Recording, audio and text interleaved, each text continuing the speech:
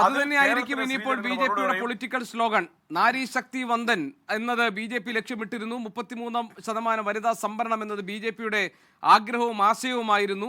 അതിന് തടയിട്ടുകൊണ്ട് രാജ്യത്തെ വനിതകളുടെ അവകാശങ്ങൾക്ക് മേൽ വിലങ്ങ് തടിയായി ഈ നിലപാടുകൾ മാറുന്നു പ്രതിപക്ഷത്തിൻ്റെത് എന്ന് തന്നെയായിരിക്കും ഇനി അവരുടെ political slogan.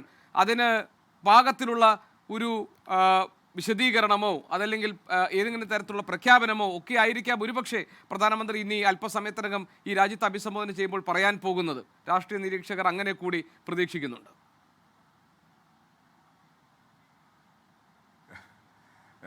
Gopeeshan, BJP ഓഫീസിലുള്ളവരെ പ്രധാനമന്ത്രിക്കും Reji ലൂക്കോസിനും BJP വക്താവിനും ഇങ്ങനെ നുണ പറഞ്ഞ് പറ്റിക്കാം. പൗരന്മാരെ ആകെ തെറ്റിദ്ധരിപ്പിക്കാൻ വേണ്ടി കഴിയില്ല. 33% വനിതാ സംവരണം രാജ്യത്ത് നിലവിൽ വന്നു കഴിഞ്ഞു. അത് വന്നില്ലേ? അത് റജി ലൂക്കോസ് നിഷേധിക്കുന്നുണ്ടോ? 2023 നിയമം പാസാക്കി, ഭരണഘടനാ ഭേദഗതി പാസാക്കി.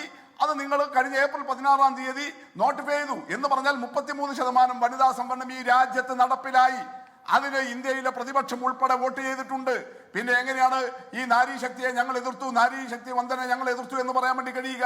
അവിടെ ഞാൻ പറഞ്ഞത്, നിങ്ങൾക്ക് BJP-ക്കാരെ നുണ പറഞ്ഞ് പറ്റിക്കാം, പൗരന്മാരെ ആകെ തെറ്റിദ്ധരിപ്പിക്കാൻ വേണ്ടി കഴിയില്ല. അതിന്റെ ഭാഗമല്ലേ ഞങ്ങള് പ്രാതിനിധ്യം ഞങ്ങളത് കുറവാ റജി ലൂക്കോസെ.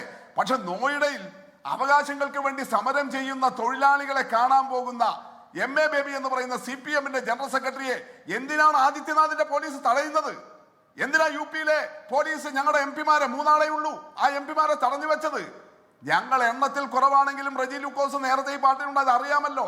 ആ എണ്ണം ചെറിയ എണ്ണം മതി നിങ്ങളുടെ ഈ പൊള്ളത്തരങ്ങൾ തുറന്നു കാട്ടാൻ. അതുകൊണ്ടുള്ള നല്ല പ്രവർത്തനം തന്നെയാണ് ഞങ്ങൾ നടത്തുന്നത്. അത് ജനങ്ങളെ ബോധ്യപ്പെടുത്താൻ വേണ്ടി കഴിയും. ആ നിലയിലാണ് നമ്മൾ ഈ പ്രവർത്തനങ്ങൾ ഏറ്റെടുക്കുന്നത്. ഇവിടെ റജി ലൂക്കോസ് പറയുന്നതിൻ്റെയും അല്ലെങ്കിൽ BJP-യുടെയും പൊള്ളത്തരത്തിന്റെ പ്രശ്നം എന്താ? നേരത്തെ ശ്രീ ജിൻഡോ കൂടി ചൂണ്ടിക്കാണിച്ചതുപോലെ ഇവർക്ക് ഇത് നടപ്പിലാക്കുന്നതിനുള്ള ഒരാത്മാർത്ഥതയും ഉണ്ടായിട്ടില്ല.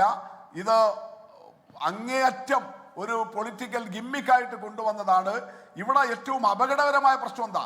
സ്ത്രീ ശാക്തീകരണത്തെ അല്ല ഞങ്ങൾ എതിർത്തിട്ടുള്ളത്, മണ്ഡല പുനർനിർണയത്തിനുള്ള നിങ്ങളുടെ ഹിഡൻ അജണ്ടയാണ് എതിർത്തത്. മണ്ഡല പുനർനിർണയം വേണം, പക്ഷെ അതിന് നിങ്ങൾ കാണിക്കുന്ന ഹിഡൻ അജണ്ട ഒരു കാരണവശാലും അംഗീകരിക്കാൻ വേണ്ടി കഴിയില്ല.